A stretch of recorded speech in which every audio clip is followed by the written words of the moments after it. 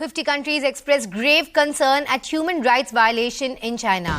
They issued a joint statement that condemned the Chinese government's persecution of Uyghurs and other Turkic Muslims in Xinjiang.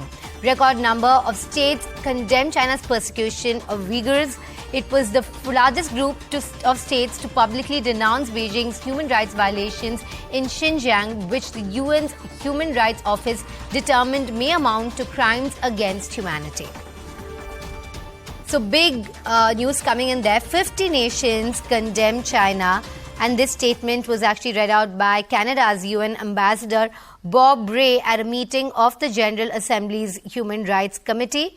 And this is extremely significant because the plight of the Uyghur Muslims have been a grave source of concern for many countries that have been closely watching the sort of treatment that has been meted out to them. The human rights groups have accused China of sweeping 1 million or more people from these minority groups into detention camps, where many have said they were tortured, sexually assaulted, and forced to abandon their language and religion. And questions have been raised about why more pressure hasn't been put by the big powers of the world and by countries collectively coming together. And now this statement, some big breaking news coming in, the fact that 50 nations have condemned China. My colleague Abhishek Jha, who tracks the MEA very closely, brings us these details. Very good morning to you, Abhishek. Could you place for us in context the gravity of this statement that is coming in, the fact that 50 nations have condemned China for the sort of treatment that has been meted out to the minorities, especially the Uyghur Muslims, on whom the spotlight has been on, but not much has been done so far? So clearly, China has been accused of mistreatment of not only Uyghur Muslim but other Turkic Muslim nationals of Turkic ethnicity, and this has been going on for years now. And the latest that we can say that international condemnation has come as this has human rights organizations. 50 nations have condemned, and this is one of the greatest number of countries that have condemned or echoed the same sentiment against China's treatment to these Uyghur Muslims and other minorities.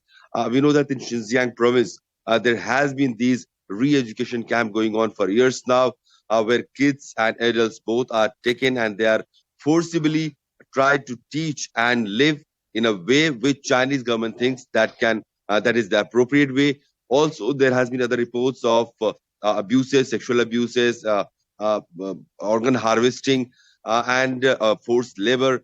There are reports of missing persons disappearing and not being reported or not being, the Chinese state government has been mum on these reports. So in the latest report that we are talking about, that has also underlined the fact that Chinese government should also come out with the explanation of those mysterious disappearance of people and persons whom Chinese government has thought that they can be apparently do some trouble. So this whole narrative that China is doing in Xinjiang in the name of religious or ethnic minorities to mainstream them, to connect them to the mainstream so-called Chinese society or Chinese government alignment is something that is a brazen act of human rights violation, and this is what the world has now tried to acknowledge and highlight.